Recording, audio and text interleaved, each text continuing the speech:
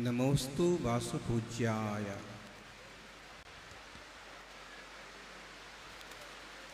मुक्तंगनाया रजिता विशालया रत्नत्रयी शेखरता चयेना यत्कंठमासाद्य बभूव श्रेष्ठा तं वासुपूज्यं प्रणमामि देवम्।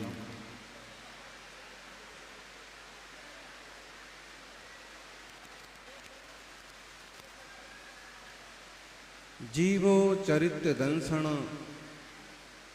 नानम जीवो चरित्र दांसन नानठ्यु तम ही सा समयम जान पुगल कम पदे सठ्यम च तम जान पर समयम।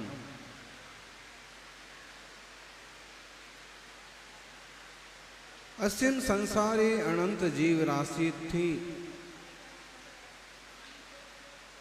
84 लख जौणी मच्छे सभे जीवा दुखेण परिभवन्ति।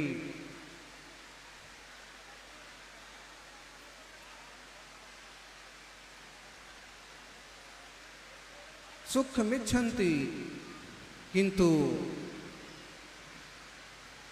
सुखम न पावन्ति। अहो चौक गई अत्यंत असुहा पंचम गई मुख गही स्वाहा। निरह गई ये मनुषा निरह गई ये निरैया बहुव्याह दुखम पावंती।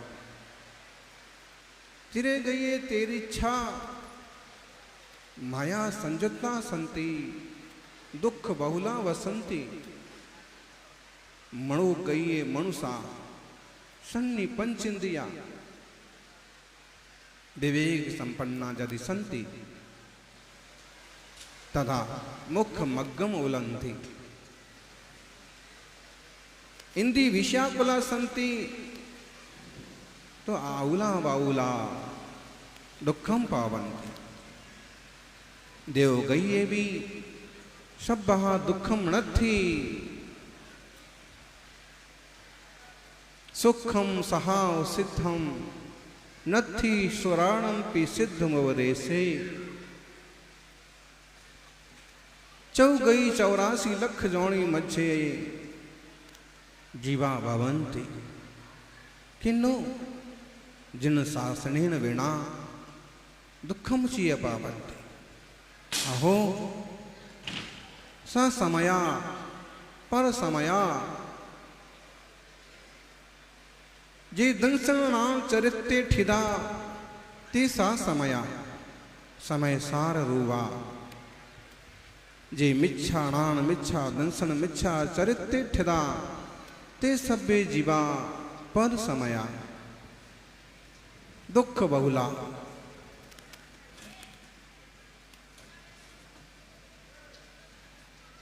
अस्मिन् संसारे के भी सुही नथी सुखमिच्छन्ति किंतु दुखे पावन्ति। अहो स्वरूप को जाने बिना सबकी दुर्गति हो रही है। सद दब्बा दो सुख गई पर दब्बा दो दुख गई होती। सा द्रव्य से सुगति होती है और पर द्रव्य से दुर्गति होती है। जी पर दब्बरदा ते अत्यंत दुही ये सग दब्बे संत ठा ते सम्माय थी सुही। सौभाग्यशालियों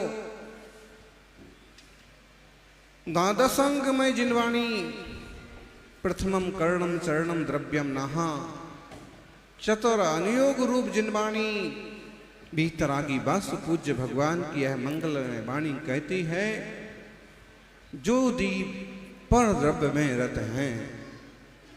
अतिछात वाणी इस लोक में 6 द्रव्य हैं, जीव, पुद्गल, धर्म, अधर्म, आकाश और काल। जो चेतना लक्षण चेतना लक्षण संयुक्तो जीवा, जड़ लक्षण संयुक्तो अजीवा, गति परिवर्तन रूपः धर्म द्रव्यः, स्थिति परिणाम रूपः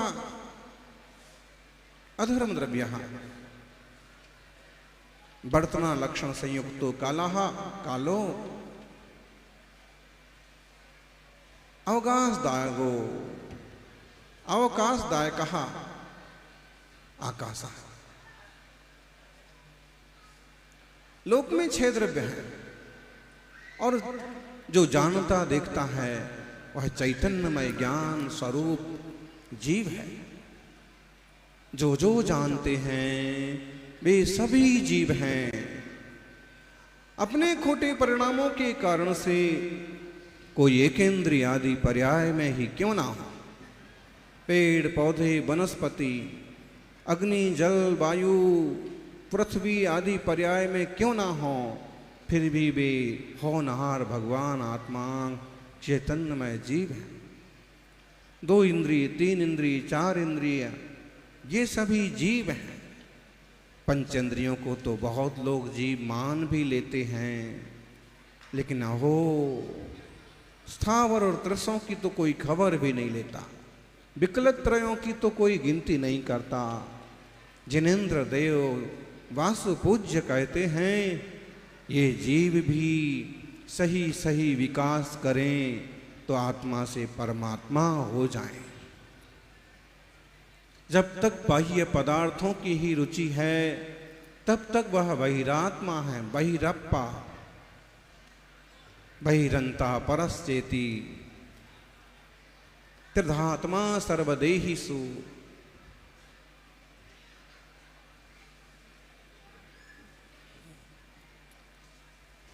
आत्मा तो आत्मा है, लेकिन पदार्थों में निष्ठ बुद्धि आसक्त बुद्धि वाला जीव बहिरात्मा है।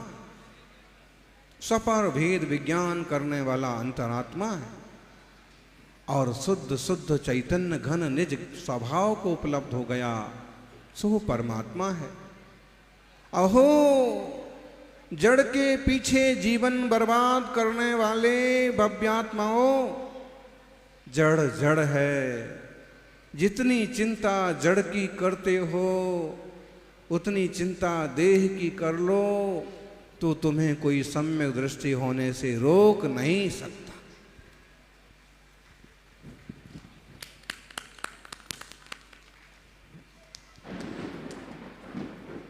जा सा सयाण लच्छी पुण्य हराणंपी चक्रवट्टीणम ताकिम चिट्ठे रयिम यर्जणाणम अपुण्णाणम। जो लक्ष्मी शाश्वत नहीं है, जो लक्ष्मी चक्रवर्ती जैसे पुण्यात्माओं के पास भी स्थायी रूप से ठहरती नहीं है, या तो वह सौभाग्यशाली जीव खुद छोड़ करके मोक्ष मार्ग में चले जाते हैं, या फिर राज्य में भी रहें तो अंततः संसार के ही पात्र बनते हैं। जो लक्ष्मी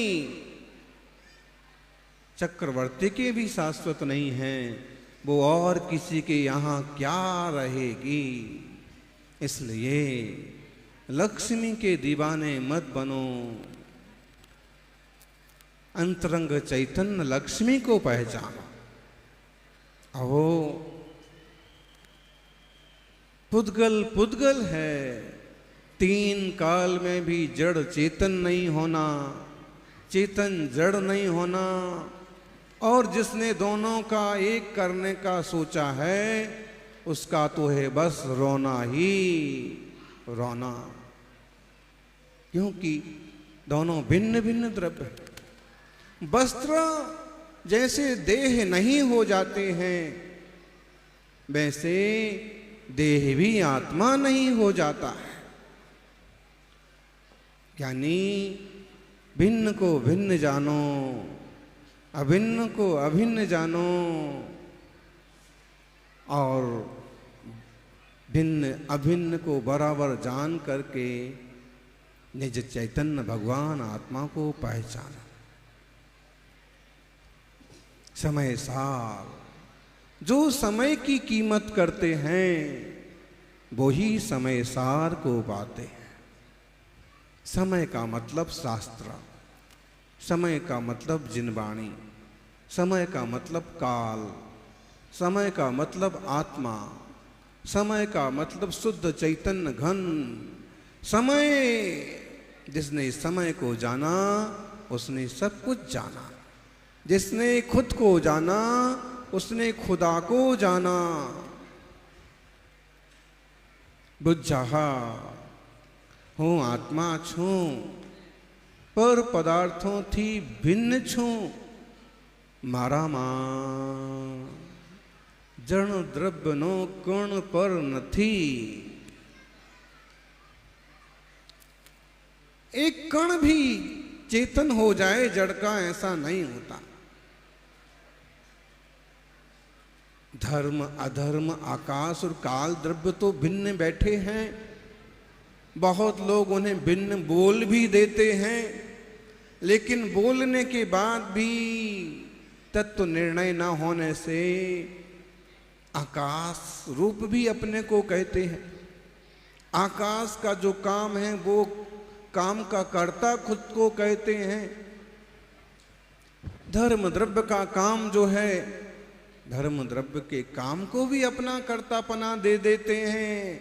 अहो ये ज्ञाता है, दृष्टा है, बस इतना ही इसका लक्षण है।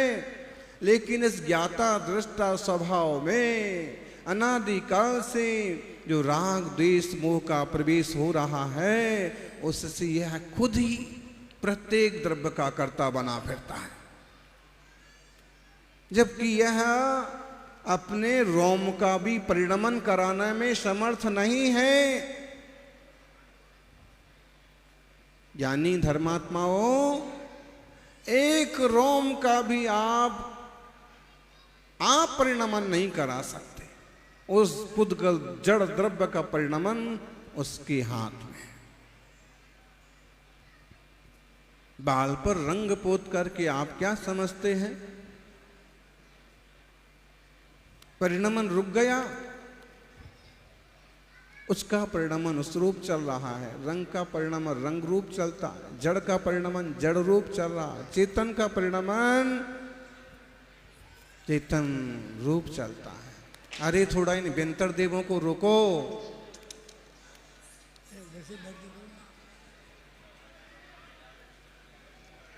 अरे क्या कर रहे हो भाई? लोकपाल कहाँ गए? वॉलंटियर। ओम। लोकपाल की व्यवस्था बहुत जरूरी है, नहीं तो सीमा का उल्लंघन कोई भी करता है। सौभाग्यशालियों, सीमा के उल्लंघन का परिणाम है कोई द्रव्य अपनी सीमा का उल्लंघन कर नहीं सकता, लेकिन करने का परिणाम ये चेतन जीव बनाता है और उसके फल में मार ही मार खाता है। 84 लाख योनि में भटकता। तो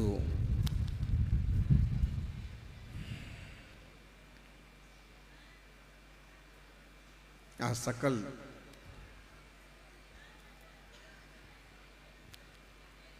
लोक दल्ली आत्मा शाश्वत,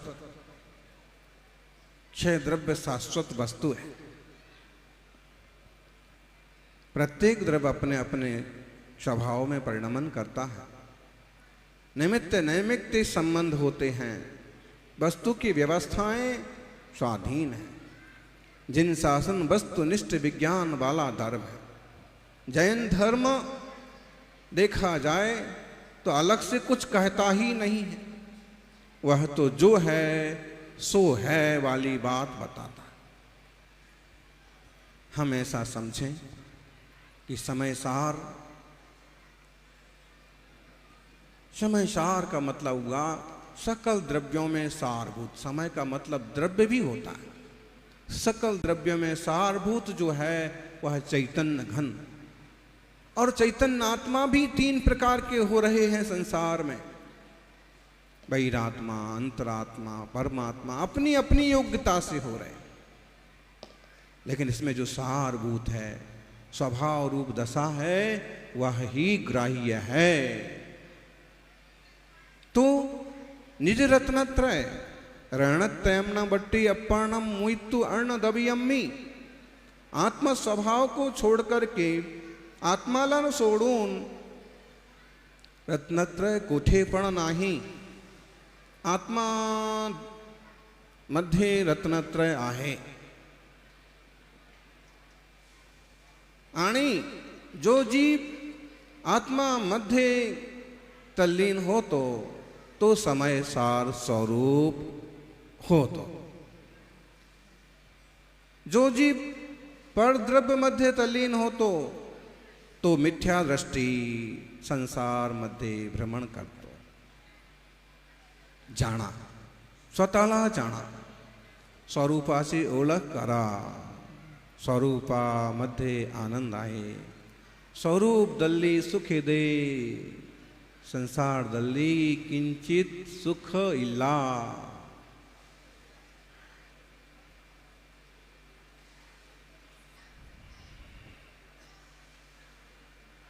सबसे श्रेष्ठ दुनिया में यदि कुछ है तो है शुद्ध चरित्र।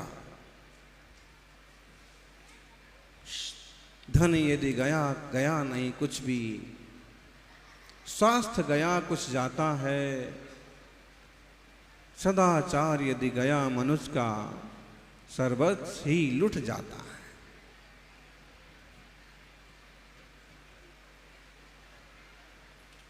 Wealth is last, nothing is last. Health is last, something is last, but character is last, everything is last. यदि आप रत्नत्रय से च्युत हैं, स्वभाव से च्युत हैं, निज चारित्र से च्युत हैं, तो आप बस दुखी ही दुखी। इसलिए सात तत्व का बोध करिए। जीव अजीव आश्रव बंध संबंध नजरा और मोक्ष की जो है मंगलमय व्यवस्था है, ये प्रयोजनभूत तत्व है। इनमें पुण्य पाप जोड़ने से पदार्थ बन जाते हैं। भली भांति इनका निर्णय करिए। और इन 9 तत्वों में छुपी हुई जो चैतन्य ज्योति है, पकड़ना तो ऐसे है। चाहे कितने शास्त्रों का स्वाध्याय करो, सबका सारांश जीवोन्या पुद्गलाश्चान्या इत्यसौ तत्व संग्रह। यदन्न दुच्यते किंचित सोस्तु तस्सैव विस्तरः।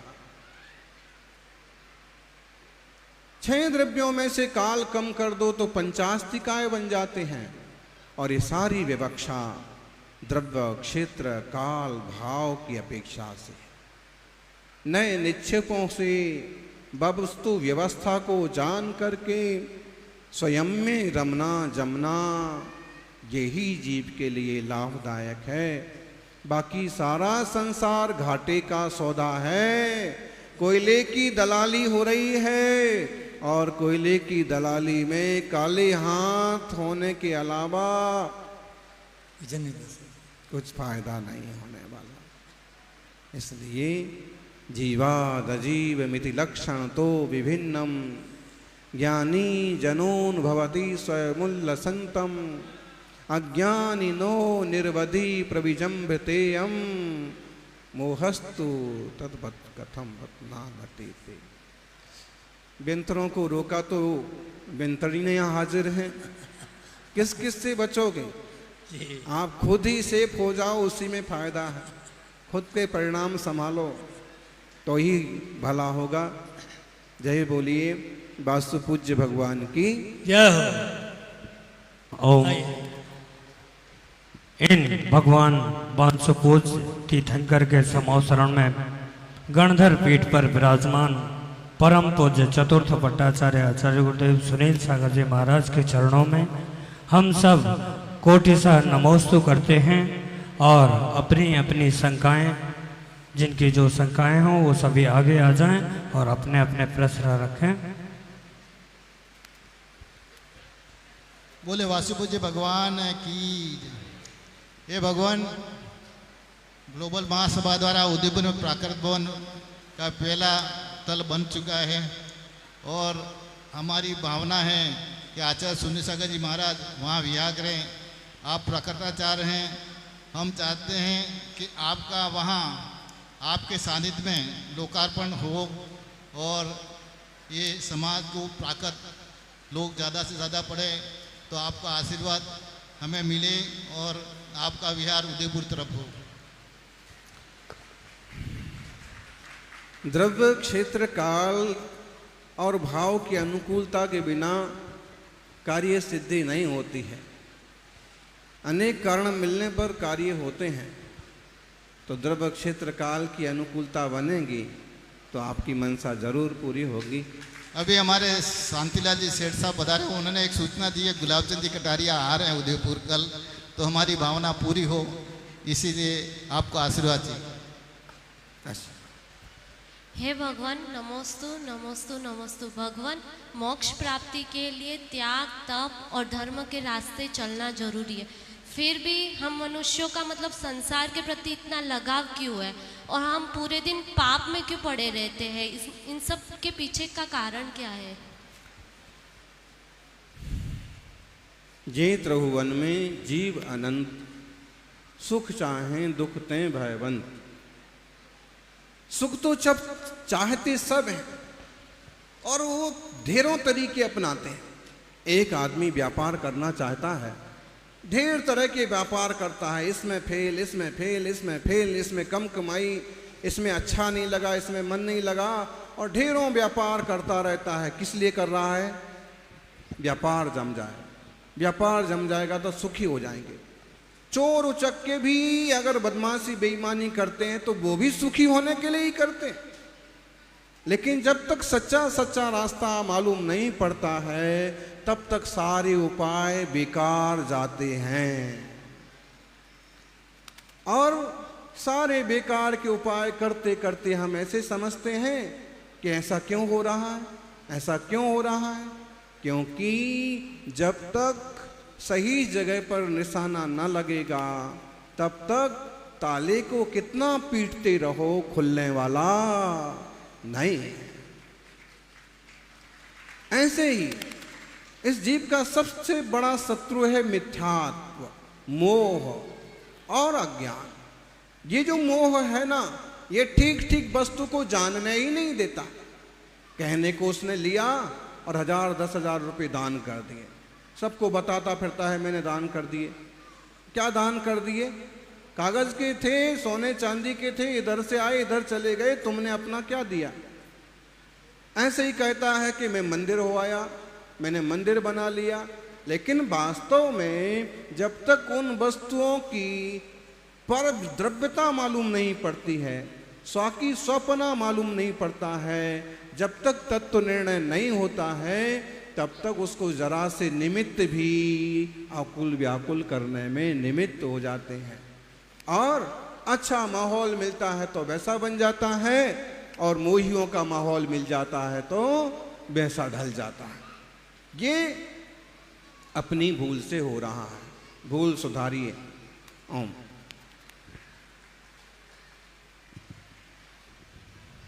वासुदेव भगवान की जय। प्रभु आप सागर हैं, मैं बूंद हूँ। आप सूर्य हैं, मैं एक किरण हूँ। आप अग्नि की शिखा हैं, मैं एक चिंगारी हूँ। प्रभु हम संसारियों की दुविधा है, कांच में मुंह दिखता है मगर है नहीं, विषयों में सुख दिखता है मगर है नहीं, मृग तृष्णा में जल दिखता है मगर है नहीं, क्रियाकांड में धर्म दिखता है लेकिन है नहीं। प्रभु दूसरी तरफ दूध में घी है मगर दिखता, मतलब क्रियाकांड में धर्म दिखता है लेकिन है नहीं। आत्मा में ओम एक सेकंड। दूध में घी है लेकिन दिखता नहीं, तिल्ली में तेल है दिखता नहीं, बीज में वृक्ष है दिखता नहीं, चकमक में अग्नि है दिखती नहीं, लेकिन है। और सुनील सागर जी महाराज में शुद्ध केवलीपना है लेकिन हमें दिखता नहीं। प्रभु आपके चरणों में रहकर अगर इस पंचम काल में भरत भूमि में जिसने सम्यक दर्शन नहीं पाया उसकी होनहार का प्रभु ही जाने। बूंद ही सागर बनती है, चिंगारी ही अंगार बनती है और बिंदु ही सिंधु बनता है। तो अगर ये आपके पास है तो आप भी ऐसा बनने की सामर्थ्य रखते हैं। बात ठीक है, संसार में जो कुछ जैसा दिखता है वैसा होता नहीं है।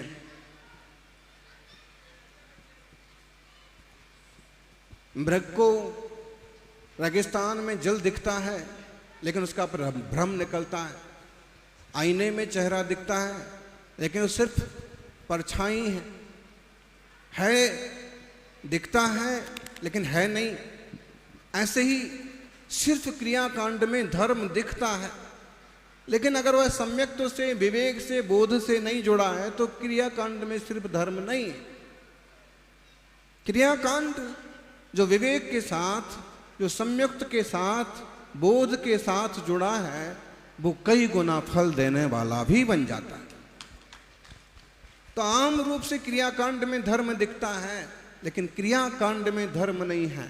उसके साथ जो निर्मल परिणाम हो रहे हैं वो धर्म है। और उसमें भी जो शुभ हो रहे हैं वो शुभ के साधन पुण्य के परिणाम बनते हैं। और जो शुद्ध रूप अनुभूति हो रही है वो वास्तव में धर्म बनता है, धर्म है। तो चकमक में आग नहीं दिखती, दूध में घी नहीं दिखता, तिल में तेल नहीं दिखता, अरणी में अग्नि नहीं दिखती, लेकिन फिर भी है। ऐसे ही इस देह में आत्मा नहीं दिखता फिर भी है, और आत्मा में परमात्मा नहीं दिखता फिर भी है। नमोस्तुते। केवली और शुद्ध केवली पना प्रत्येक जीव का अपना सौभाग्य है। बस इस अपने अकूत खजाने को जानने की, पहचानने की और प्रकट करने की जरूरत है। ओम नमोस्तु। वासुदेव जी भगवान की जय। भगवान, मेरे मन में ये शंका है, चारों तरफ तत्व चर्चा, समय सार, 6 डाला पढ़ो, तत्व की चिंतन करो, परंतु कोई भी वो मुमुक्षु ये बात नहीं कहता तपस्या करो, त्याग करो, संयम करो। अरे नॉन वेज होटलों में मत खाओ, हम शुद्ध शाकाहारी जैन भोजन करना चाहते हैं। तत्व की चर्चा करते, चारों तरफ 6 डाला की समस्या की बात करते हैं, भोजन पे बिल्कुल उनका कंट्रोल नहीं है। ये गुरुदेव आप समाधान कीजिए। नमोस्तु। ये छोटी बड़ी पार्टी का मामला मालूम पड़ता है, लेकिन बात ऐसी है कि जो हम कह रहे हैं कि रात में नहीं खाना, ये भी धर्म से जोड़ने का मूल हम वहीं ले जाना चाहते हैं। जो ये कह रहे हैं होटल में नहीं खाना, तो ये जो प्राथमिक तरह के शिष्य हैं ना, जो सामान्य धरातल के लोग हैं, जिनको अभी तत्व ज्ञान आत्मा जैसी चीज ध्यान में ही नहीं आती है, तो उनको भी ऊपर ऊपर से ये दे दिया जाता है। कम से कम एक बार मंदिर जाना तो चालू कर, कभी भगवान तेरी नजर में बैठ गई तो सम्यक दर्शन होते देर नहीं लगेगी। और जो प्रज्ञावान मुमुक्षु होगा ना, वो इनका निषेध कभी नहीं करेगा। ऐसा नहीं कहेगा कि मंदिर जाना पाप है, क्यों गए, होटल में खाया, बहुत बढ़िया काम किया बेटा, रोज जाओ रोज जाओ, ऐसा कभी नहीं कहेगा। ये बात जरूर है कि तब चर्चा किस तरह की चल रही है। अगर मूलतः मूल तत्वों की चर्चा चल रही है तो इस तरह का विषय नहीं आ पाएगा। लेकिन अगर किसी प्रज्ञावान ज्ञानी को मालूम है कि यहाँ प्राथमिक दर्जे के लोग भी बैठे हैं, तो वह यहीं से शुरुआत करेगा कि इस तरह के छोटे छोटे व्रत जरूर करो, थोड़े थोड़े नियम जरूर रखो, क्योंकि आचार्य पूज्यपाद कहते हैं यथा यथा समायाति संवित्तौ तत्त्वमुत्तमम् तथा तथा न रोचन्ते विषया सुलभापि। एक बहन जी आई थी श्रवण बेलगोल में, स्वामी जी लेके आए, उनकी कई जिज्ञासाएं थीं, तो स्वामी जी ने कहा कि महाराज जी इन्होंने कांजी स्वामी जी से स्वाध्याय किया है और ये उत्तर प्रदेश में रहती हैं और इनकी जिज्ञासाएं हैं। ये आपके पास आ तो नहीं रही थी, लेकिन फिर भी मैंने इन्हें मनाया कि आपके प्रश्नों के उत्तर महाराज जी से मिल जाएंगे। उस समय प्रवचन सार का स्वाध्याय चल रहा था, तो वो आए और एक प्रश्न ये भी रहा जो आपका है कि पहले चारित्र होना कि पहले सम्यक्त होना, पहले रत्नत्रय होना, पहले सम्यक दर्शन का प्रमाण होना कि पहले संयम होना। तो फिर हमने उन्हें दो श्लोक सुनाए, यथा यथा समायाति संवित्तौ तत्त्वमुत्तमम् तथा तथा न रोचन्ते विषया सुलभापि। पहली बात तो ये है कि इतना तत्वाभ्यास हो जाए कि विषय वासनाएं रुचें ही नहीं, और जैसे जैसे स्वात्मा की अनुभूति होती है, ज्ञायक स्वभाव की समझ होती है, वैसे वैसे पदार्थों की अरुचि होने लगती है। अब दूसरी बात, यथा यथा न रोचन्ते विषया सुलभापि तथा तथा समायाति संवित्तौ तत्त्वमुत्तमम्। फिर कहते हैं कि अगर तुम तत्व ज्ञान की तरफ से आगे नहीं बढ़ पा रहे हो तो त्याग की तरफ से आगे बढ़ो। जैसे जैसे तुमको त्याग व्रत रुचने लगेंगे, जैसे जैसे तुम उस त्याग व्रतों में डूबते जाओगे, वैसे वैसे जिज्ञासाएं बढ़ती जाएंगी और तुम्हें स्वतत्व की प्राप्ति हो जाएगी। व्रत पहले ले लेने के मामले में हम एक उदाहरण देते हैं। बात तो यही ठीक है कि पहले सम्यक्त का निर्णय हो जाए फिर व्रती बनो, लेकिन एक उदाहरण लेते हैं। उदयपुर में आपने जमीन खरीद ली, किसने खरीद ली जी? कोई बात है मत बताओ, वैसे हमको चाहिए तो नहीं है, लेकिन जमीन खरीदी। अब सबसे पहले आप क्या करेंगे?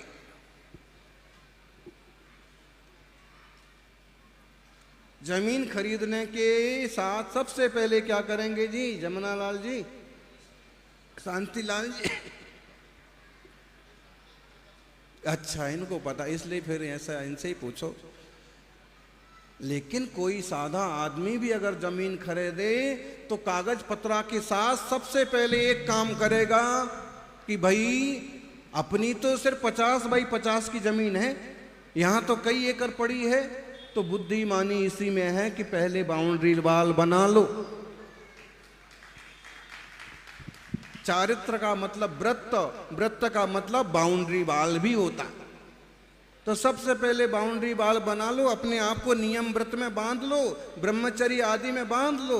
ब्रह्मचर्य में बंध गए, मान लो अब हमें मिला है प्लाट, मनुष्य पर्याय रूपी प्लाट मिल गया, जैन धर्म रूपी प्लाट मिल गया तो अब हम अपने आप को किसी बंधनों में बांध लें। अगर ब्रह्मचर्य व्रत रहेगा ना समझी से भी रहे, लेकिन जिस दिन समझ आएगी उस दिन हमें बच्चे और पत्नी से नहीं निपटना पड़ेगा, उस दिन हम सीधे मोक्ष मार्ग में लग जाएंगे। मतलब बाउंड्री बाल बन गई, जिस दिन रुपए आएंगे आप उसी दिन घर बना लो, कोई आपको रोकने टोकने वाला नहीं है। जब तक रुपए पैसे इतने नहीं हैं तब तक बाउंड्री तो बना के रखो। फिर सम्यक दर्शन ज्ञान का जितना अर्जन करते जाओ उतनी बढ़िया बात। इसलिए सम्यक तो परम आवश्यक है ही, लेकिन अगर वो उसका निर्णय आपको नहीं हो पा रहा है, आपको समझ में नहीं आ रहा है, तो भी व्रत संयम का मार्ग भी ले लिया तो बुरा तो नहीं है। फल कम मिलेगा यही होगा। पूज्यपाद स्वामी ने बड़ा अच्छा उदाहरण दिया। वरम व्रतई पदम दैवम ना व्रतई वत नारकम छाया तपस्थयोर वेदो प्रतिपाल यतोर महान। ये आचार्य कुंद कुंद स्वामी के मोक्ष पावट की रूपांतरित गाथा का रूपांतरण है। बरवय तबे ही सग्गो, मतलब यह है बोले कि आप जो है किसी का इंतजार कर रहे हैं, आप पंच लोग चलते हैं, अपन महाराज जी को निवेदन करके आते हैं, लेकिन एक दो पंच पंचर हो गए बीच में, अभी तक नहीं पहुंचे, आप गाड़ी के बाहर खड़े हैं, धूप में खड़े हैं कि आ रही आए नहीं, ये आए नहीं।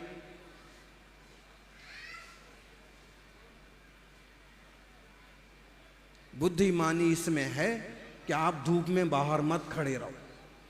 जब आपकी बढ़िया एसी गाड़ी है तो जब तक नहीं आ जाता है सामने वाला तब तक गाड़ी में बैठे रहो।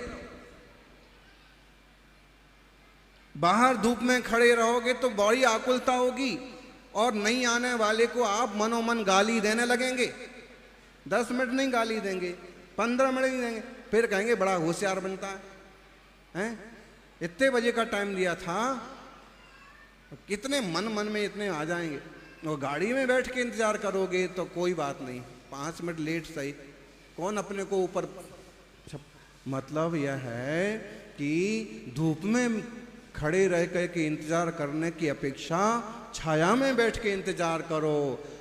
अब व्रतों में पड़े रत्नत्रय का इंतजार करने की बजाय कुछ व्रत लेकर के रत्नत्रय का इंतजार करो, बेड़ा पार हो जाएगा। दोनों मार्ग हैं, अनेकांत से समझें।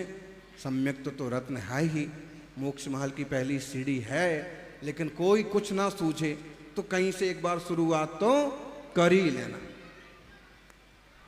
ओम नमोस्तु भगवान परम पिता परमेश्वर समोश में विराजित तीर्थंकर भगवान के चरणों में बारंबार नमस्तु।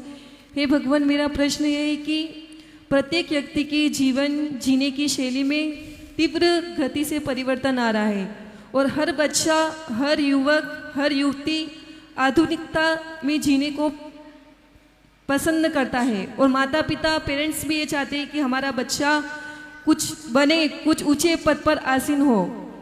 ऐसे में शिक्षा पद्धति तो बढ़ रही है और उसके जीवन में डिप्रेशन, त्रस्त, दुख, ये सब भावनाओं से भरा हुआ है, लेकिन वो संस्कार से विहीन होता जा रहा है। तो ऐसे में हे भगवान, हमारे जीवन में संस्कारों का क्या महत्व है और जैनत्व संस्कार और दाम्पत्य संस्कार का हमारे जीवन में क्या प्रभाव पड़ता है, कृपया करके मार्गदर्शन दीजिए। नमस्ते।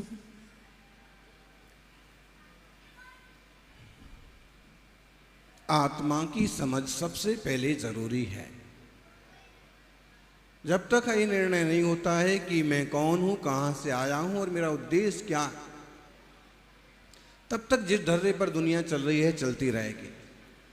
लोग यही समझते हैं कि मुझे एक अच्छा नौकर बन जाना चाहिए, एक अच्छा जॉब मिल जाना चाहिए, मुझे एक अच्छा घर मिल जाना चाहिए, मेरी एक अच्छी शादी होना चाहिए, और इतना समझ करके इतना हो गया कि लेकिन इतने मात्र से क्या वो परम सुखी हो जाएगा? क्या इतने मात्र से उसे आगे कोई तकलीफ नहीं आएगी? ध्यान रखो, ये सब चीजें गृहस्थी के लिए जरूरी हो सकती हैं और मिल भी जाएं, लेकिन जब तक संस्कार नहीं है, देव शास्त्र गुरु की आराधना के भाव नहीं है, सम्यक दर्शन ज्ञान चारित्र के स्वीकार समझने के भाव नहीं है, तब तक जीवन बेकार। आप क्या समझते हैं एक बढ़िया जॉब मिल गया तो सुखी हो गए? नहीं, 50 लाख हर साल पाने वाला व्यक्ति भी बहुत दुखी है। आप क्या समझते हैं कि जिसकी तरक्की हो जाती है बहुत सुखी हो जाता है? एक बैंक मैनेजर आए हमारे पास, पूना में संघ विराजमान था, गुरुदेव के साथ थे, वो थोड़े से स्वाध्याय वगैरह से जुड़ गए थे। तो मैंने कहा कि आप तो 10 बैंक का मतलब हो गए एक साथ मतलब प्रबंधन करते हैं, बैंक मैनेजर में भी एक विशेष पोस्ट रखते हैं, बड़ी पोस्ट है आपकी तो बहुत पावरफुल आदमी है। उसने दिल की बात बताई, महाराज जी कितने संकट हैं इस सब में, एक टारगेट पूरा करना पड़ता है, इतने लोगों को लोन देना पड़ेगा, इतनी कंपनियों को जोड़ना पड़ेगा, इतना का व्यापार करना पड़ेगा, इतना बैंक में आना चाहिए, इतना जाना चाहिए, ये ना कर पाए तो आपकी खैर नहीं, सैलरी भी कट सकती है और पद से भी हट सकते हैं। बोले बहुत टेंशन होता है, कहने को तो बड़े पद हो गए लेकिन बड़े पद के साथ बड़ी आपद भी होती। इसलिए युवाओं खूब अच्छी नौकरी करो, खूब अच्छी छोकरी पाओ, खूब बड़ा जॉब करो, सब करो, लेकिन जिन धर्म के अलावा सारभूत दुनिया में कुछ भी नहीं है, तत्व ज्ञान के अलावा सारभूत कुछ भी नहीं है। आपको एक दिन अंततः ही निर्णय हो जाएगा कि मैंने बचपन से ये लाइन पकड़ ली होती तो आज मेरा आनंद कुछ और होता। इसलिए आज से ही संकल्प करें, नियम व्रत छोटे बड़े जितने बने उतने पालो, मत पालो, लेकिन नमोकार की एक माला का जाप करना और भगवान की जिनेंद्र का दर्शन करना, इससे कहीं ना कहीं अच्छा रास्ता बनता रहता है, संस्कार बने रहते हैं। देखो तो इस भागा भागी में अवसाद, टेंशन, ईर्ष्या, स्पर्धा यहाँ तक पहुंच जाते हैं कि आत्महत्या करने को भी तैयार। वो क्या लिखते हैं, एलन एकेडमी, कोटा के बच्चे, कोटा की जो कॉलेजेस हैं, क्या लिखते हैं सुसाइड नोट में, पिताजी, माताजी, मॉम डैड, मम्मी पापा, क्षमा करना, हम आपकी आकांक्षाओं पर खरे उतरने लायक नहीं हैं, इसलिए हम यहाँ से कूद करके मर रहे, पंखे से लटक रहे। मतलब क्या, एक तो माँ बाप की आकांक्षाएं भी इतनी बड़ी बड़ी, दूसरा उसकी सहनशीलता इतनी कमतर है, उसकी खुद की आकांक्षाएं इतनी हैं, या वो अपने आप को निराश, हताश और हीन भावनाओं से ग्रसित महसूस करता है कि मरने को तैयार हो जाता। क्या जवाब दे पिताजी को जिनने 50 लाख रुपए खर्चा कर दिए अभी तक? तो ये रास्ता ही नहीं है। आजकल जिस ढंग के प्रलोभन दिए जा रहे हो, जिस तरह की मारामारी मची है, ये सुखी और शांत रहने का तो बिल्कुल भी रास्ता नहीं है। और एक अच्छे इंसान का जीवन भी इससे नहीं बन पाता। जो डॉक्टर 2 करोड़ रुपए दे करके डिग्री लेगा, मरीजों को क्या सही इलाज करेगा? मरीजों की किडनियां निकाल के ना बेचेगा तो क्या करेगा? बिना ऑपरेशन के ऑपरेशन ना करेगा तो क्या करेगा? ऑपरेशन करते वक्त पेट में ही कैंची नहीं छोड़ेगा तो क्या करेगा? तभी तो दोबारा ऑपरेशन करना पड़ेगा, फिर कमाई होगी, चाहे मरे सामने वाला है। तो इस तरह से जो मारामारी पड़ी है ना अभी, ये तो बहुत ही ज्यादा विचित्रता की बात है। जो हमारी बात सुन रहे हैं, सबसे इतना आग्रह है, बहुत आकांक्षाएं मत पालिए, बच्चों को योग बनाइए, युवा योग बने, आगे बढ़ें, तरक्की करें, कोई बुराई नहीं, लेकिन अपनी जान से बढ़कर के कुछ नहीं, धर्म से बढ़कर के कुछ नहीं। गांव में रह को दाल रोटी खा लो, प्रभु के गुण गा लो, वो भला, लेकिन क्लेश में जिंदगी बिताना कोई मायने नहीं रखता। ओम नमस्ते महाराज जी, मेरा प्रश्न है कि अभी जो वॉर चालू था, मतलब कि अभी जो वॉर इंडिया वर्सेस पाकिस्तान जो चल रहा है, मतलब कि वो हम जैनिज्म के बच्चे, जो युवा है, वो इस चीज के लिए सपोर्ट करना चाहिए कि नहीं करना चाहिए? पहुंचो, पहले अपनी हेल्थ हाइट तो देख लो। अरे सपोर्ट अपन ऐसे करते हैं कि भगवान से प्रार्थना करते हैं, शांति धारा करते हैं, जाप करते हैं कि हमारे देश के सब सैनिक सुखी रहें, हमारा देश सुखी रहे, दुनिया सुखी रहे। मेरी भावना में ये पढ़ते हैं, ऐसे ही सपोर्ट करते हैं।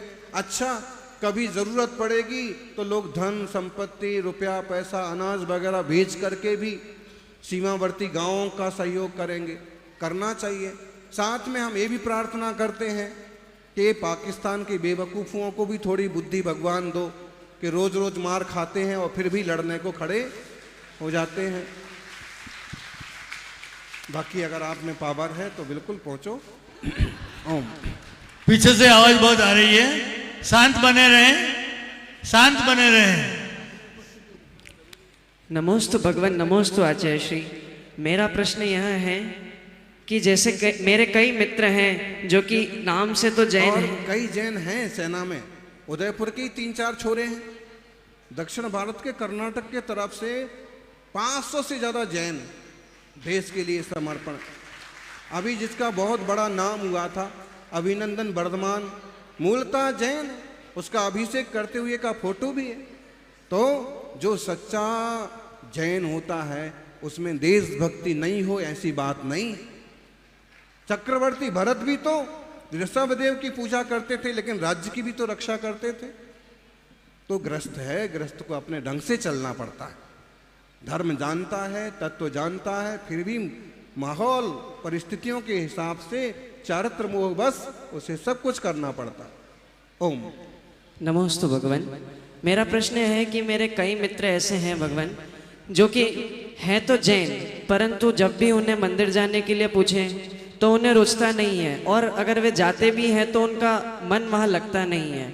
और उन्हें यदि किसी अमुक मंदिर में, किसी अमुक जगह कहीं घूमने जाने या फिर दूसरे मंदिरों में जब भी जाने के लिए बोलते हैं तो वे बड़ी रुचि दिखाते हैं और वहाँ के बारे में वो सब कुछ जानते हैं। और उन्हें पूछो कि तुम यहाँ पे क्यों आते हो तो वो कहते हैं कि यहाँ पे तो इतना श्रृंगार होता है, इतनी सुंदरता, इतनी मुस्कान होती है, और तुम्हारे मंदिर में तो कोई सुंदरता, कोई श्रृंगार होता ही नहीं, सिंपल प्रतिमा होती है, तो हम वहाँ पे क्यों आए, हमें वहाँ पे ऐसा क्या मिलेगा। तो ऐसे प्रश्नों का क्या उत्तर देना चाहिए महाराज जी? ऐसे लोग जो है ना धोखे से पैदा हो गए जैन धर्म में। अब इसको ऐसे समझो कि श्रृंगार ही क्या सब कुछ अच्छी चीज है। कुछ हीरो हीरोइंस ऐसे हैं कि जिनके फोटो ले ले करके लोग आहें भरा करते थे, घर में लगा करते थे, और जब उन्हीं को कैंसर हुआ और उनका बुढ़ापा आया तो कोई पानी देने भी गया। इसका मतलब है शौक श्रृंगार सब कुछ नहीं है। ऐसे दुनिया के जो देवता बंदूक तलवार हथियार लेके खड़े हैं,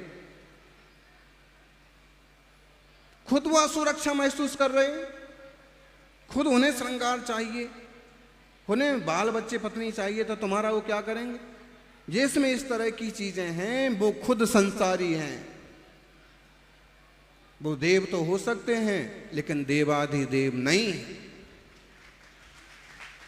देवाधिदेव तो ऐसे निश्चिंता और वीतरागता से ही शोभायमान होते हैं। वो कहते हैं कि मुझे किसी चीज की जरूरत नहीं, परम सुखी हूं, परम स्वतंत्र हूं, किसी का कोई प्रतिकार मुझे करना नहीं, संसार की कोई चीज मुझे चाहिए नहीं। आचार्य पूज्यपाद लिखते हैं, अताम्र नयनोत्पलम सकल कोप वन निर्जयात। पूरे 5 श्लोक हैं, 5 श्लोक सुनाएंगे तो आप परलोक पहुंच जाएंगे। इसलिए इतना ही समझो कि वो कहते हैं कि भगवान आप इतने सुंदर हैं कि आपको किसी आभूषण की जरूरत नहीं है, किसी वस्त्र की जरूरत नहीं है। आपका रूप इतना मनहर है कि आपको कोई श्रृंगार की जरूरत नहीं है। आप इतने राग द्वेष मोह से रहते हैं, आपको किसी का भय नहीं है, इसलिए आपके पास हथियार नहीं है। हथियार किसके पास होता है? जिसे डर होता है। ऐसे परम वीतरागी प्रभु की तो बात ही अलग है। तुम थोड़ा स्वाध्याय करो, फिर शांति से अपने मित्रों को शांति लाल जी के साथ में समझाओ तो जरूर समझ में आएगा। नमोस्तु भगवान। भगवान जिनको खुद चाहिए वो किसी को क्या देंगे, जिनको नहीं चाहिए वो ही सबको देते हैं। ऐसे कहते हैं दुनिया के सब देव लेते हुए पल्ला झाड़ के, और मेरे पारसनाथ देते छप्पर फाड़ के। नमोस्तु भगवान।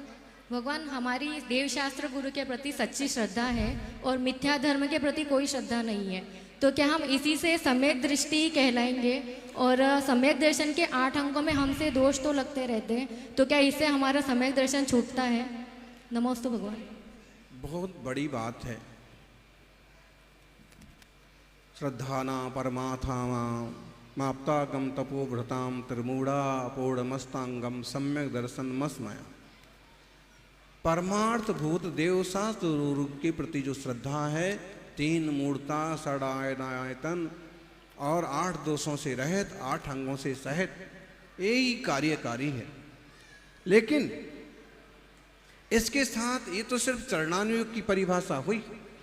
इसके साथ क्या आपको तत्व का निर्णय है? क्या आपको स्वरूप की समझ है? वस्तु व्यवस्था का बोध है? और अगर इस तरह की भावना निरंतर होती है कि जैसे भगवान हैं, जो मैं हूं सो हैं भगवान, हूं स्वतंत्र निश्चल निष्काम, तो जब हम निज चेतना की भी दृष्टि बनाते हैं तो तब जाकर के सम्यक दर्शन होता है। और तब भी नहीं, आप सिर्फ प्रथमानुयोग से समझ लो, चरणानुयोग से समझ लो, द्रव्यानुयोग से समझ लो, लेकिन जब कर्मों की अनंतानुबंधी की 4, मिथ्यात्व की 3 प्रकृतियों का उपसम, 6 उपसम होगा तो सम्यक दर्शन होगा।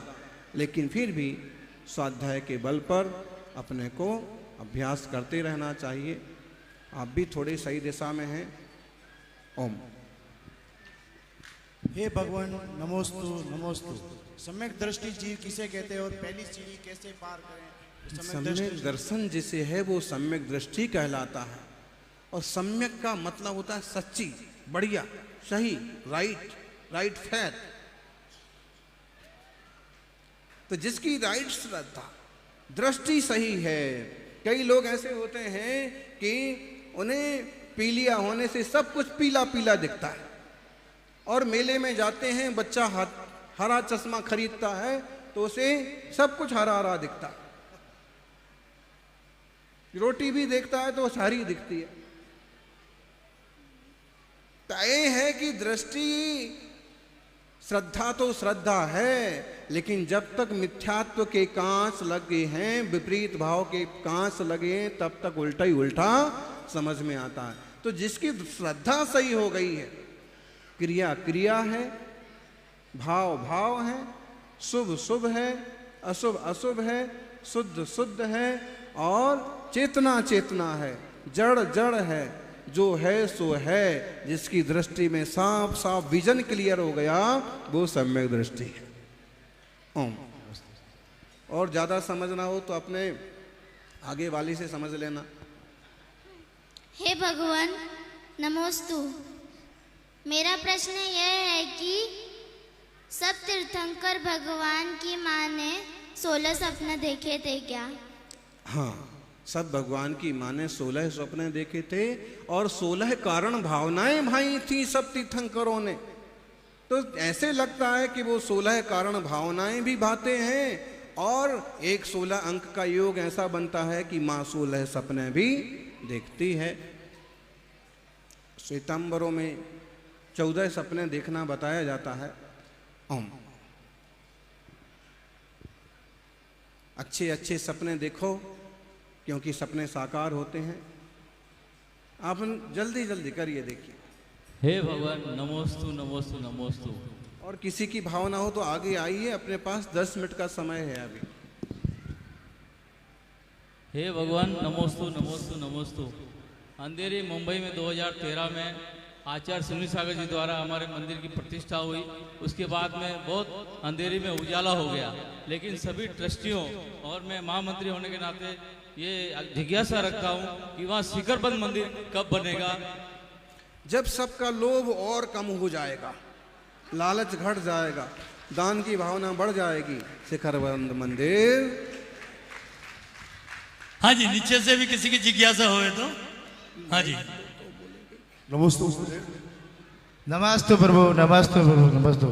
हे प्रभु, जहाँ पर प्रतिष्ठित प्रतिमा है उन पर कलर करके वापस उसको रंग रोगन किया जाता है, उसमें क्या दोष है क्या? मूर्तियों पर कलर नहीं होना चाहिए।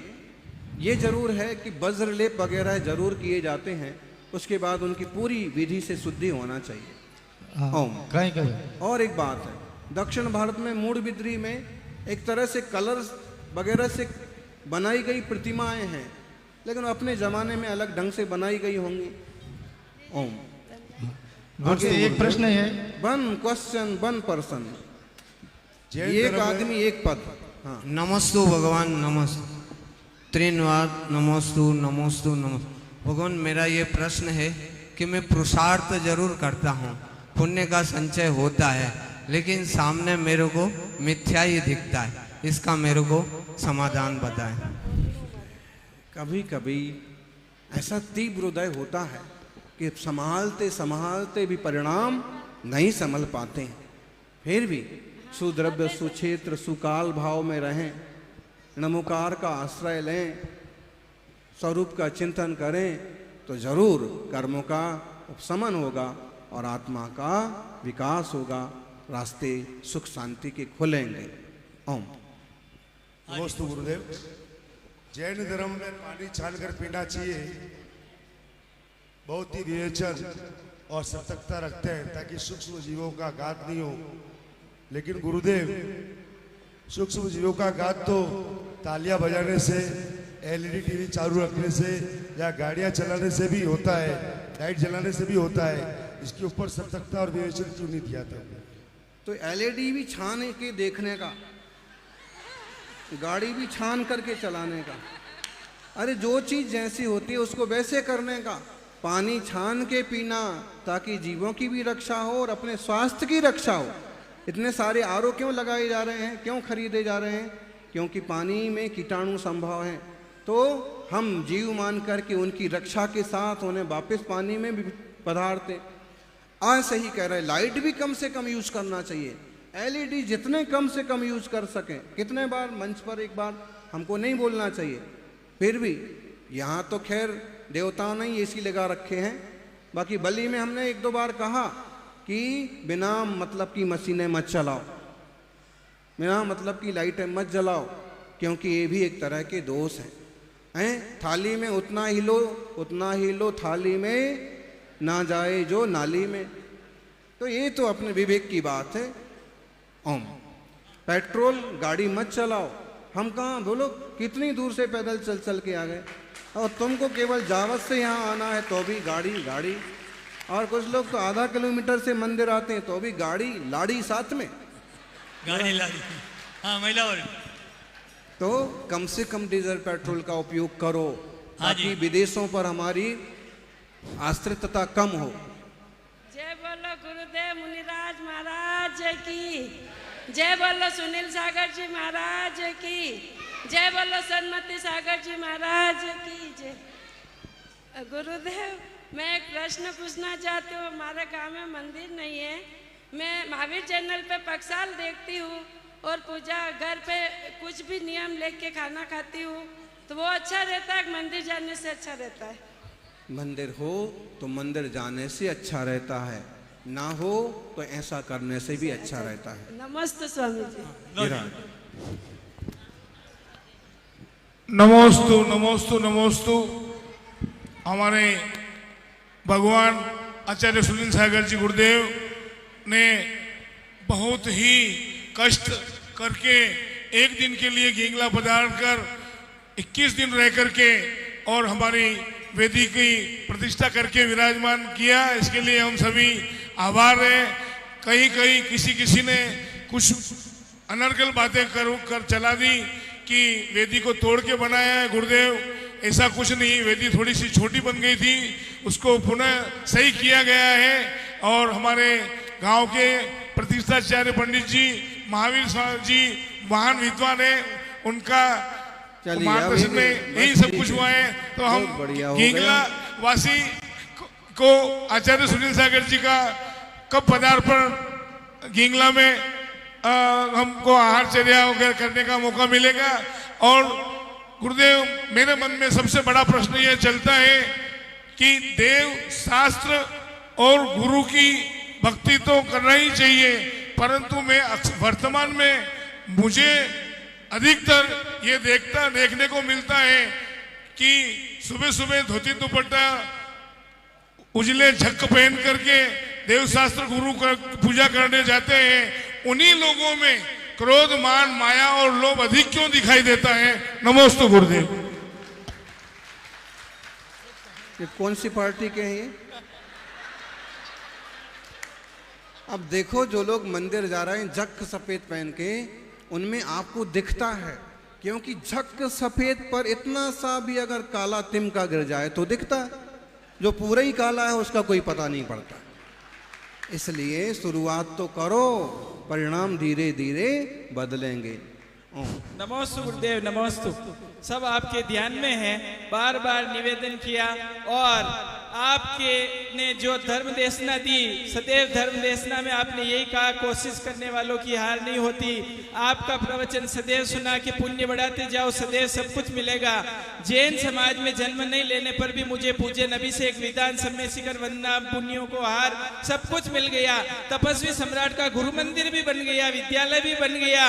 हजारों लोगों में जैन धर्म की प्रभावना का जो बीड़ा उठाया वो भी साकार हो गया। कई दानदाताओं के सहयोग से सारा जो सोचा सब हो गया। लेकिन आचार्य भगवान, आप तपस्वी सम्राट की प्रतिमा भी वहां पर है, अब आपका सानिध्य मिले और वहां विराजमान हो जाए। क्योंकि जब थाली में भोजन तो आ गया, केवल अब उसको खाने के लिए थोड़ा सा वही अभी नहीं हो रहा है कि थाली में भोजन तो आ गया लेकिन खाने का, इसलिए आप का सानिध्य कब मिले और कैसे अब थोड़ा सा पुण्य जो बाकी है कैसे बढ़ाऊं कि आप स्वयं पधार कर और प्रतिमा विराजमान हो जाए और आपका मंगल पदार्पण भिंडर में हो जाए। नमस्ते। योग संयोग आने पर सब होता है। अब थाली में भोजन आ ही गया तो खाना चालू कर दो, भलाई इसी में है। मौसम भी ठीक नहीं है। नमस्ते भगवान। कई सारे ऐसे लोग धर्मात्मा जीव होते हैं कि जो धर्म मार्ग पर चलते हैं, खुद भी चलते हैं, लेकिन कुछ ऐसे विरले जीव होते हैं जो विभिन्न संस्थाओं का निर्माण करते हैं और राष्ट्रीय अंतर्राष्ट्रीय स्तर पर धर्म की लहर गंगा बहा देते हैं। तो ऐसे लोगों को क्या फल प्राप्त होता है, कृपा करके बताइए। सबसे बड़ा फल तो ये होता है कि लोग एक सूत्र में जुड़ते हैं। कई लोगों के लिए रास्ते मिलते हैं, कई लोगों का सहयोग होता है, कुछ अच्छी चीज़ सामने आती हैं तो कई बार बहुत सारी बुराइयां भी झेलना पड़ती हैं। खास बात तो ये कि पत्नी ताने देती रहती है, दुनिया ही का काम करते रहोगे, घर में भी बैठोगे। बच्चे कहते रहते दुकान नहीं देखते हो और ये करते रहते हो। तब भी समाज सेवा की काम करना, जो सक्षम है उनको करना चाहिए, लेकिन परोपकार की दृष्टि से आप कर रहे हैं ना। आपकी बात है ये, तो देखिए जमनालाल जी की भी बात है, शांतिलाल जी की बात है। जो लोग भी किसी तरह से आगे बढ़ के समाज में काम करते हैं उनको अच्छाइयाँ भी मिलती हैं तो बुराइयाँ भी मिलती हैं। फिर भी विवेक पूर्वक उपकारी बुद्धि से परोपकार करना चाहिए और योग्य पात्रों को लाभान्वित करना और योग्य पात्रों को संस्था से जोड़ करके टीम को सही दिशा में बढ़ाना चाहिए। ग्लोबल महासभा जैसी संस्थाएं भी अच्छे काम कर रही हैं। उदयपुर में हाल ही में प्राकृत भवन के लिए एक बड़ी ताकत लगाई और एक तल बन के तैयार भी हो गया और उद्घाटन भी बस देखते जाइए।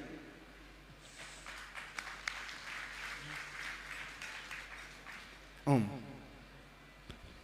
नमोस्तु गुरुदेव। आज के समय का सबसे बड़ा प्रश्न मेरा ये है कि हम कुछ समय पहले तीर्थ क्षेत्र गए थे अंजनगिरी, जहाँ मैंने देखा कि हमारी प्रतिमाओं पर सिंदूर पोतकर उस प्रतिमा को दूसरे धर्म में परिवर्तन किया जा रहा है। और ऐसे बहुत से तीर्थ हैं जैसे कि गिरनार, पावागढ़, वैसे तीर्थों को मैंने स्वयं खुद जाकर देखा हुआ है।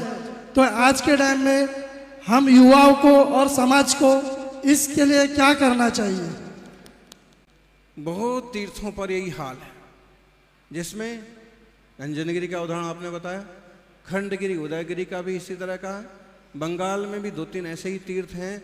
पावागढ़ के बारे में एक अच्छी बात यह है कि जो देवी जी का मंदिर है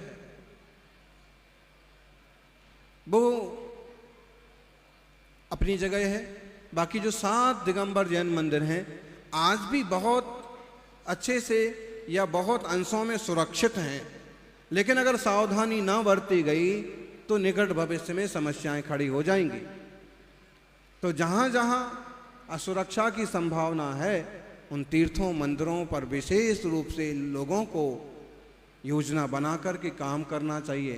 पहले तो प्रत्येक मंदिर की रजिस्ट्री हो, जो देवस्थान विभाग है वहाँ उसका सब कागज पत्रा और सब दर्ज हो, और वहाँ की मूर्तियों की फोटोग्राफी हो, वीडियोग्राफी हो।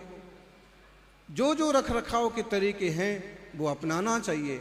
एक सशक्त पुजारी हो, एक संरक्षक रक्षक द्वारपाल हो, इस तरह की व्यवस्थाएं बिठाना चाहिए। आप खुद नहीं कर पा रहे हैं तो कुछ वेतन दे के करवाइए, लेकिन करना पड़ेगा। अपने गांव के मंदिरों का भी संरक्षण करना पड़ेगा। इतना सुंदर मंदिर बन गया है तो आपको पूजा भी करना चाहिए, सबको अभिषेक भी करना चाहिए। और मुंबई भले चले जाओ तो हर महीने में एक बार कोई छोटा मोटा विधान करके या किसी निमित्त से इकट्ठे हुए तो एक छोटा बड़ा अभिषेक रख के इकट्ठे भी होना चाहिए। साल में वर्षगांठ मनाओ वो ठीक है, लेकिन कभी किसी का अपने निजी कार्यक्रम से भी आए तो मंदिर को भी उसमें जोड़ो कि आधे घंटे सभी मंदिर में इकट्ठा होंगे और 27 बार नमोकार के जाप होंगे, भक्तामर होगा। ओम। हे भगवान, नमोस्तु नमोस्तु नमोस्तु। मेरी जिज्ञासा है कि स्त्रियां अभिषेक क्यों नहीं कर सकती हैं? लोग कहते हैं स्त्रियां दोष लगता है, दोष लगता है, पर किस बात का दोष लगता है गुरुवर? जो ऐसा बोले उससे ही पूछो। और पूजा पद्धतियों में विभिन्न प्रकार की पूजा पद्धतियां हैं और मंदिरों में अलग अलग तरह की व्यवस्थाएं हैं। तो विवेक से और नियम कानूनों को ध्यान में रख कर के चलना चाहिए। ऐसे भी लोग मंदिर हैं जहाँ मना नहीं करते हैं, ऐसे भी हैं जहाँ मना करते हैं। तो जिससे विसंवाद ना हो, खींचतान ना हो, वैसे करना। ओम। नमोस्तु भगवान। भगवान, इस जीव ने उच्च कुल में जन्म लिया। ये उदयपुर वालों को कोई शंका नहीं है, निशंकित जीव है सब। कहाँ गए भगवती? नमस्ते जल्दी से, समय हो गया है, जल्दी से। उच्च कुल में जन्म लिया, माँ जिनवाणी का समागम मिला, आप जैसे निर्गंठ गुरु मिले। इसके बावजूद भी संयम के पथ पर अग्रसर होने के लिए उनके मन क्यों नहीं होते हैं? कृपया समाधान करें। नमस्ते भगवान। हे भगवान, नमोस्तु। सब चीज समय पर होती है। अगर हमारे घर में किसी की अकाल मृत्यु हो जाती है तो हम अपने उसके नाम का जो पुण्यदान करते हैं वो उस जीव को लगता है कि अपने इस चंचल मन को कैसे समझाए। इसलिए कहते हैं जो कुछ करना है आपको दान पुण्य खुद ही जीते जी करो, क्योंकि किसी का किया हुआ किसी के पास नहीं जाता है। आपको जरूर संतोष मिलता हो कि चलो अच्छा किया। ऐसे ही इतने अच्छे अच्छे सानिध्य मिलने के बाद भी परिणति नहीं सुधर पाती है। क्या करें? काल को दोष दो या अपने भावों को दोष दो, लेकिन फिर भी पुरुषार्थ करते रहें, सम्यक मार्ग पर बढ़ते रहें। जय बोलिए वासुपूज्य भगवान की। अब वासुपूज्य भगवान की स्तुति में अभी जो एक प्रश्न पूछा था उसमें न पूज्यार्थस्त्वयि भीतरागे न निंदया नाथ विवांत वैरे तथापि ते पुण्य गुण स्मृतिर्ना पुनः तु चित्तम दुर्तान जनेभ्या पूज्याम जिनम तौर चैतो जनस्य सावद्य लेसो बहुपुण्य रासो दोषाय नालम कणिका विशस्य न दूषिका शीत सेवाम्बुरास। भगवान की स्थिति में समंत्रभद्र कहते हैं कि भगवान आपको तो कोई पूजा करे तो कोई फर्क नहीं पड़ता और कोई निंदा करे तो भी, अब तो शुद्ध हो गए, लेकिन जो भी पूजा भक्ति करता है जैसे परिणाम करता है उसको वैसा फल लगता है। और पूजा करने वालों को तरह तरह से पूजा करते हुए भले दोष लगे, बड़े थोड़ा बहुत दोष लगे, लेकिन वो इतना दोष होता है कि ये समुद्र भर पानी में अगर एक विष की बूंद हो तो सागर को कोई फर्क नहीं पड़ता। तो पूजा आराधना वगैरह में भी अपनी रुचि बनाए रखिएगा। ओम। बस पूज्य भगवान की परम पूज्य गुरुदेव सुनील सागर जी महाराज की आ जाएं।